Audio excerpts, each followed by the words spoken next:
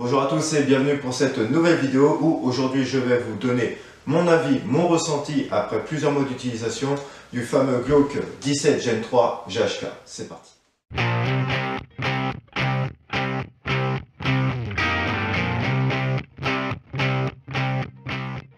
Donc on va commencer, les points faibles, les points forts, c'est maintenant.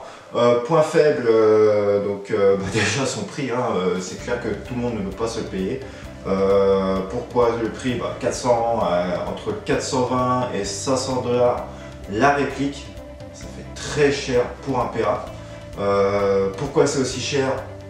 Vous avez déjà la licence, tout ce qui est conception, etc.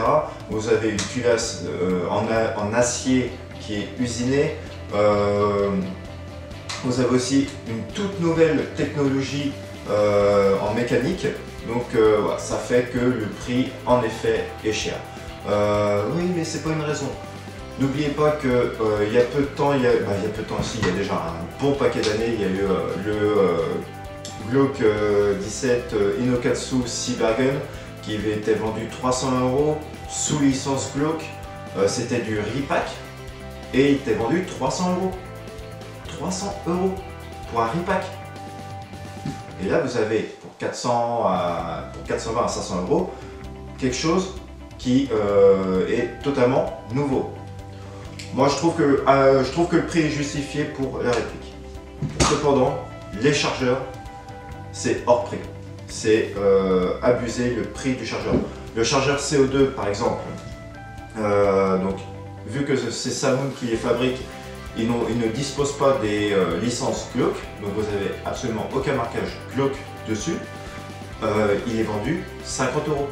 50 € le chargeur CO2, c'est aussi cher qu'un chargeur gaz standard d'AK de chez GHK. Donc, pour moi, c'est le prix des chargeurs est abusé. Pour les chargeurs gaz supplémentaires de chez du Glock GHK, faut aussi compter 40 à 50 €. C'est horriblement cher les chargeurs. J'ai commandé 2 chargeurs CO2 plus un chargeur gaz sur Bunny Workshop, je l'ai eu pour 200 balles. Voilà, super. Donc ça c'est un des points faibles. Sinon, autre point faible sur les chargeurs gaz, c'est le cooldown. Le cooldown, mon dieu. Si vous mettez du 203 PSI, là vous allez vider votre chargeur sans cooldown. Par contre, vous allez être totalement hors puissance. Donc généralement, dans mes souvenirs, je crois que j'étais à 350 FPS, plus de 350 FPS l'hiver. Donc imaginez l'été.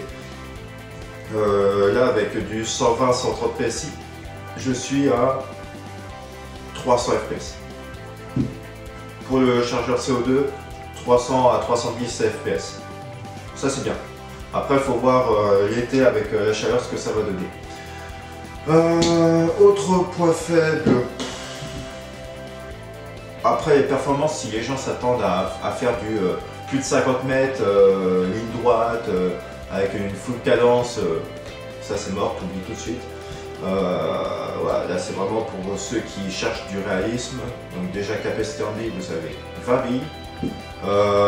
Une queue de détente qui est fortement lourde. Donc voilà, ils annoncent 2,8 kg de pression sur la queue de détente et en effet, il faut quand même mettre du poids dessus. Par contre, ce n'est pas comme un vrai Glock. Sur un vrai Glock, la course de la queue de détente va être progressive. En effet, on sent quand même qu'il faut appuyer assez, mais c'est progressif. Tandis que là, sur le Glock GHK, une fois que vous arrivez sur votre mur, il faut vraiment appuyer comme un bourrin et ça part. Donc on ne peut pas prévoir quand est-ce que le coup va partir.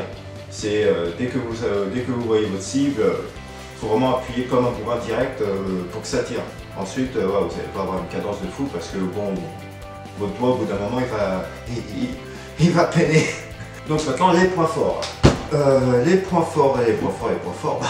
Déjà on est sur une magnifique réplique. La prise en main, elle est vraiment exceptionnelle.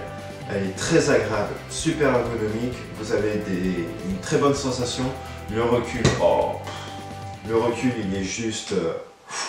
c'est le plus gros recul que j'ai jamais eu dans les mains en airsoft. Comme je vous ai dit précédemment, j'ai eu le Glock Inokatsu Seibagen qui lui était déjà réputé pour avoir un bon kick bien lourd et sec. Mais le Glock GH3, rien qu'avec le gaz, il vous envoie en orbite directe. Hein. Les sensations sont extraordinaires. J'ai fait tester le Glock à différentes personnes, différents joueurs, même à des tireurs professionnels qui eux ont des Glocks. Donc déjà le visuel est identique, le recul il est vraiment colossal, très agréable. On sent par contre niveau auditif que la culasse acier elle est là, elle est présente. Point faible aussi, vous avez une grosse consommation en gaz et en CO2. Le gaz, vous avez du cooldown à mi-chargeur, voire aux 3/4 des chargeurs. Généralement, vous n'allez même pas pouvoir finir votre chargeur alors qu'il contient 20 billes. Ah, ça fait un peu chier. Hein. C'est pas très sympa. Tandis que pour le Glock, pour le chargeur CO2, vous allez faire 3 chargeurs. Pareil, pour du CO2, généralement on fait 4-5 chargeurs. Mais là, ouais, 3 chargeurs, vous avez vraiment la culasse acier qui fait que vous avez une surconsommation en gaz. Il faut bien faire bouger la petite culasse, donc voilà. Par exemple, les accessoires, donc là vous avez une Repro DX300 sur un Glock Gen 5 WE. Vous allez avoir un jeu conséquent. Tandis que pour le GHK, donc déjà ça rentre et en plus il n'y a pas de jeu.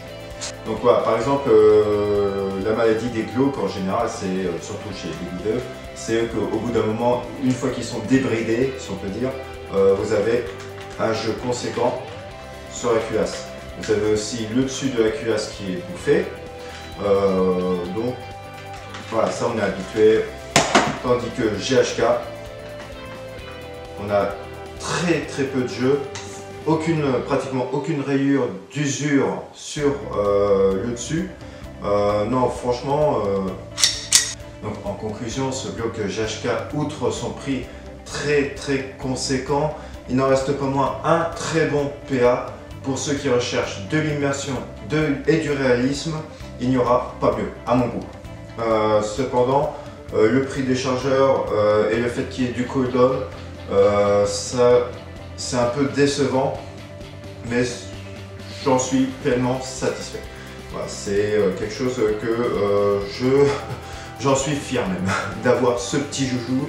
C'est de la collection, mais aussi un bon partenaire de jeu. Voilà, je suis pas déçu. Autre défaut du GHK, c'est que si vous retirez le gaz de votre chargeur, attention à votre petit caoutchouc ici, parce que là, vous allez lui dire bye bye.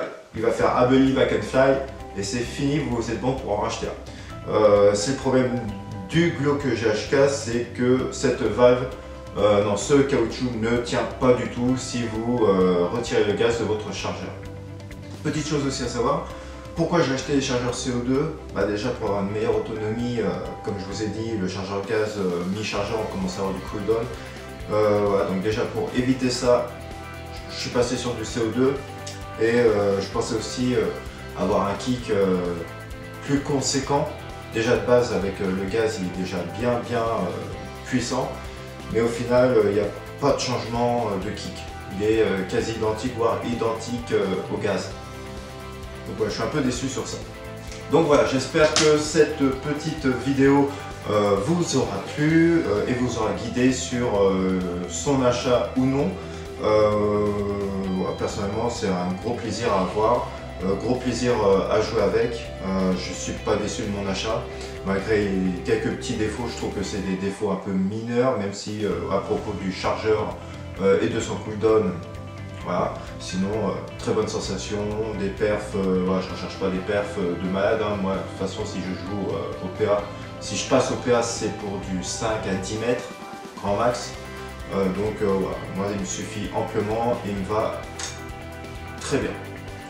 J'espère que cette vidéo t'aura plu. Si c'est le cas, n'hésite pas à liker, partager. Si tu as des questions, n'hésite pas, j'y répondrai. Allez, on se dit au revoir et à bientôt. Prenez soin de vous les gars. Ciao.